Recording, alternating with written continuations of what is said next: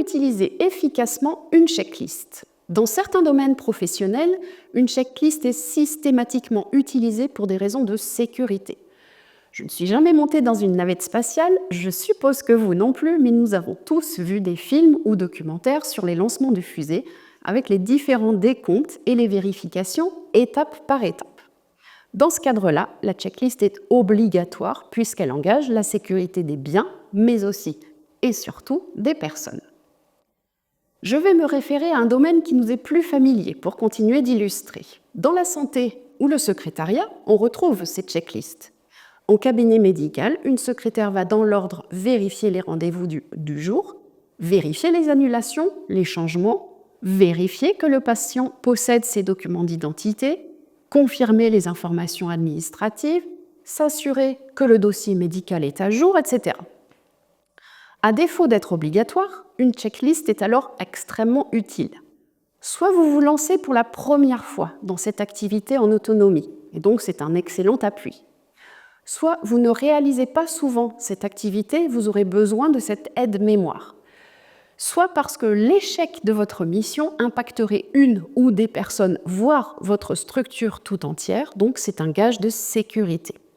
Par exemple, si on vous charge de compléter tous les documents d'entrée d'un nouveau salarié dans l'entreprise, vous préférerez avoir cette aide pour vous sécuriser. Comment réaliser une checklist efficace ? Vous allez décrire les étapes essentielles de façon synthétique. Le côté synthétique est important, il ne s'agit pas de rédiger un roman. Mentionnez les étapes simples, même celles qui vous paraissent évidentes, ça aide à ne pas perdre le fil de la chronologie. Prévoyez ensuite les étapes plus détaillées, y compris les solutions de secours au cas où. Si la réponse est A, alors action 1, si la réponse est B, alors action 2. Et enfin, testez et faites tester cette checklist. Déroulez les étapes et vérifiez si votre principe fonctionne. Faites les modifications nécessaires dans l'immédiat et même ultérieurement. Certains aspects peuvent évoluer, c'est donc à mettre à jour régulièrement. Avec un outil de type checklist, vous vous assurez de ne rien oublier, de ne pas dépasser un délai, de gérer l'ordre et les priorités, de diviser une tâche longue et difficile en plus petites étapes atteignables.